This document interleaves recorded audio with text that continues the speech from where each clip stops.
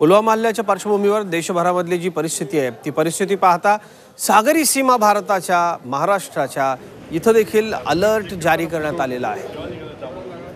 ज्या पद्धतीनं यापूर्वी देखील मुंबईचा हल्ला झालाय सागरी मार्गाने रायगड जिल्ह्यामधल्या एसटी मध्ये स्फोटकं सापडली, त्यामुळे सागरी सुरक्षा पुन्हा एकदा चर्चेत आली। महाराष्ट्राला 720 किलोमीटरचा सागरी किनारा लाभलाय, तर रत्नागिरीमध्ये 250 किलोमीटरपेक्षा अधिक सागरी किनारा। या ठिकाणी 14 सागरी पोलीस चौक्या आहेत। सागरी किनाऱ्यांवर लक्ष ठेवण्यासाठी 150 पेक्षा अधिक पोलीस कर्मचारी आणि अधिकारी आहेत। 24 तास पोलिसांची गस्त या किनाऱ्यावर असते, त्यामुळे कोणताही अनुचित प्रकार होऊ नये यासाठी रत्नागिरीचं पोलीस प्रशासन, सीमा सुरक्षा विभाग आणि नौदल सज्ज झाले। आणि या सागरी सुरक्षेचा आढावा घेतलाय आमचे प्रतिनिधी प्रणव पोळेकर यांनी।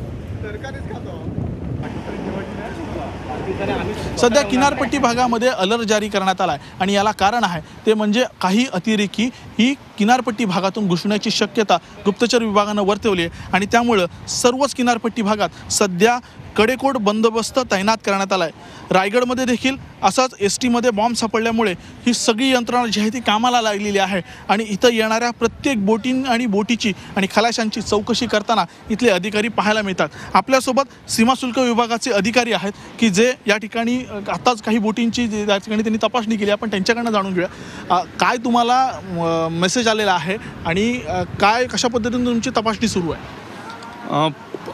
पुलवामा हत्याकांडानंतर आणि पनवेलला बॉम्ब सदृश्य वस्तू आढळून आल्यानंतर आता आमची कस्टम डिपार्टमेंट सतर्क झालेलं आहे आणि सगळीकडे आमचे आता पेट्रोलिंग चालू आहेत।